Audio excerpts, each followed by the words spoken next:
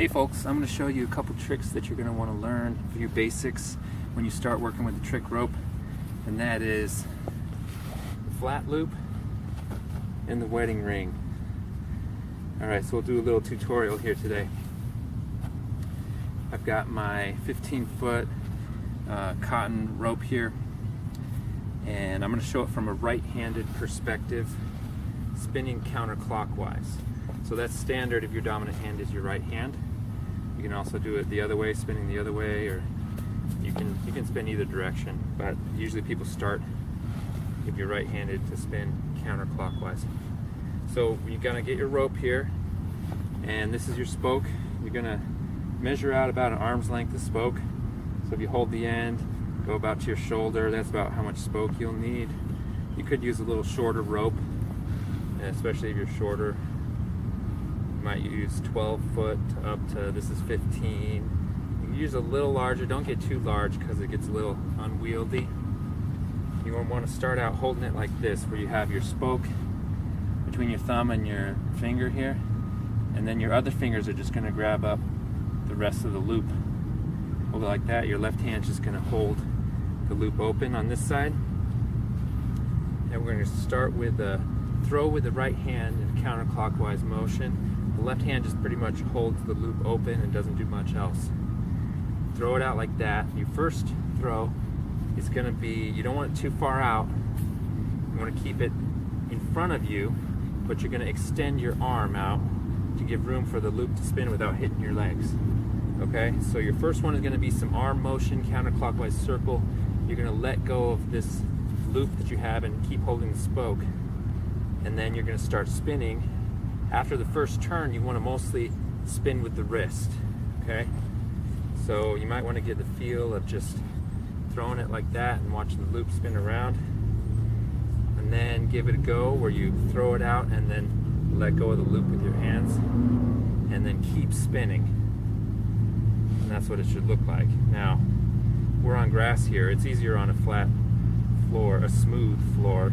Grass will kind of trip you up and slow down your rope. Some issues you might also have is if you're having jerky movements, you'll get an irregular loop like that. You want to get a nice, sometimes to get it to go back to a circle, you got to exaggerate it a little bit, but then once it's there, just take it to your wrist. Try to do mostly just wrist, okay? So if you spin too fast, then your spoke might ride up. You get a short spoke like that. Whereas on the other hand, if you drag it, then or go slow or start to lose it, your rope might close up. If you've got a loose Honda here, right? So you want to kind of keep. We'll spin it out here, so it's about that length, yeah. You want to keep a smooth, steady motion, right? Try not to be jerky about it. But you'll find that if you're just holding the ropes with your right hand spinning, it'll start to twist up. Each time that the rope goes around, you'll get a twist in the rope, and it'll start to get kinks, and it'll mess it up eventually. So to counteract that, and I don't want you to do this right at first. First, just get a feel for spinning and getting a loop opening up. And then after it gets twisted up, you'll have to stop and undo your rope, let it untwist, get the kinks out. But once you're comfortable with getting a loop open and spinning it a little while, then you want to start thinking about twisting in your fingers. Each time the loop goes around, do a twist and help it along with your thumb and your fingers here. I'm twisting so that I don't get kinks in my rope. Okay, so there's your flat loop. And then your next step you might want to do is try it with your left hand. You can just pass that rope right over. Try it with the left hand. You could do the same. Pass it back. So develop skill with both hands is a great idea. And you could also start it out with your left hand. Just flip it over so you're holding it the other way, and then do everything mirror image. So you can do that, and then I'm spinning it clockwise this time. But of course you have your other options. You can spin it right-handed clockwise too. And to start that, I hold it the same way, except then I cross my arms over and then throw it this way.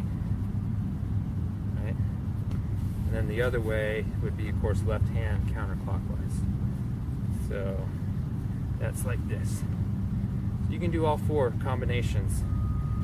Different two hands in two different directions of spin. Try passing it back and forth there. Yep, and then you'll notice that sometimes it might hit your legs.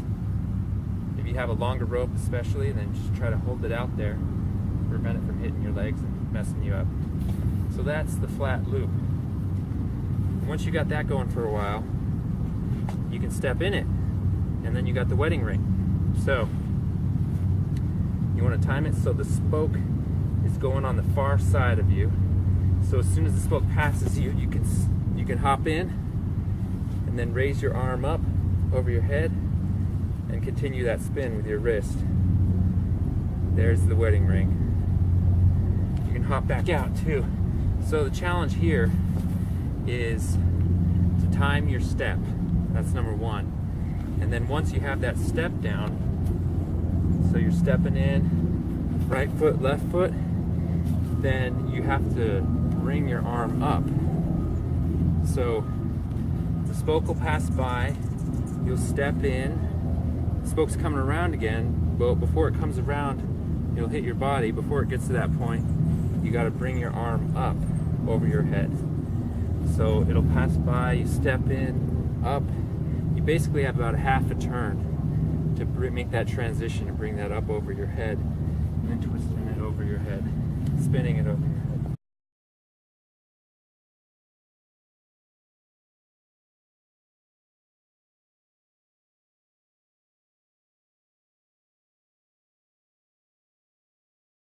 Alright, so hopping out of the wedding ring might be a little more challenging, but basically you just reverse it.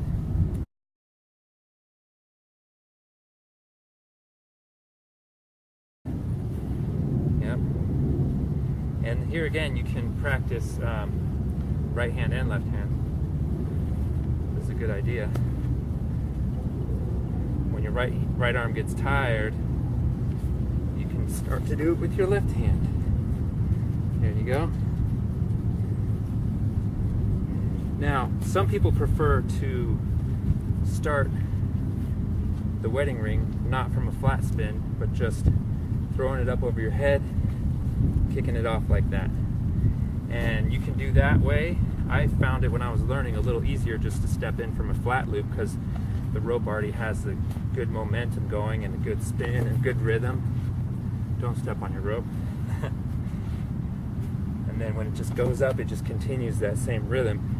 You got to keep a nice smooth rhythm. Try to keep it even. You might have periods where you slow down or speed up your spin. That'll distort your rope. So try to keep it nice and smooth. But if you're starting it just from a stopped position like this, it might take a minute or two to get the rope into a nice even rhythm. That's the challenge there. And before it gets to that point, you don't want it to stall out on your arms, hit your body, and that'll kill the rope. So that method, you start just like you're going to do a flat loop, throw it out in front of you, except this time bring it up and it flips over like that. So practice that motion. Just bring it up. The Honda will flip over your left side, come back around and end up by your elbow on your right hand. That's how you know you're doing it right. And then you start spinning it. There you go.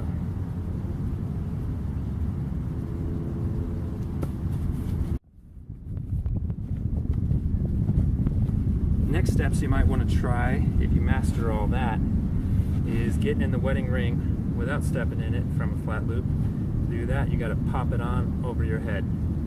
You got to lift it up.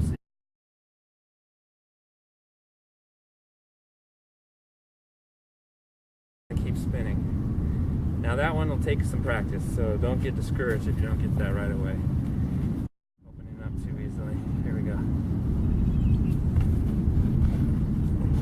A little harder for me on that one, but yeah, left and right hand, that's what I'm working on. And another one you can do, not quite so hard, is a start without holding it open with your other hand. So why you might want to do that is if you got two ropes, one in your right hand, one in your left hand, two ropes at a time, you can't be holding each other open. You got a different rope in each hand, so just do a one-handed start. So try that for extra credit. All right, thanks guys. I'm Gil T. See you later.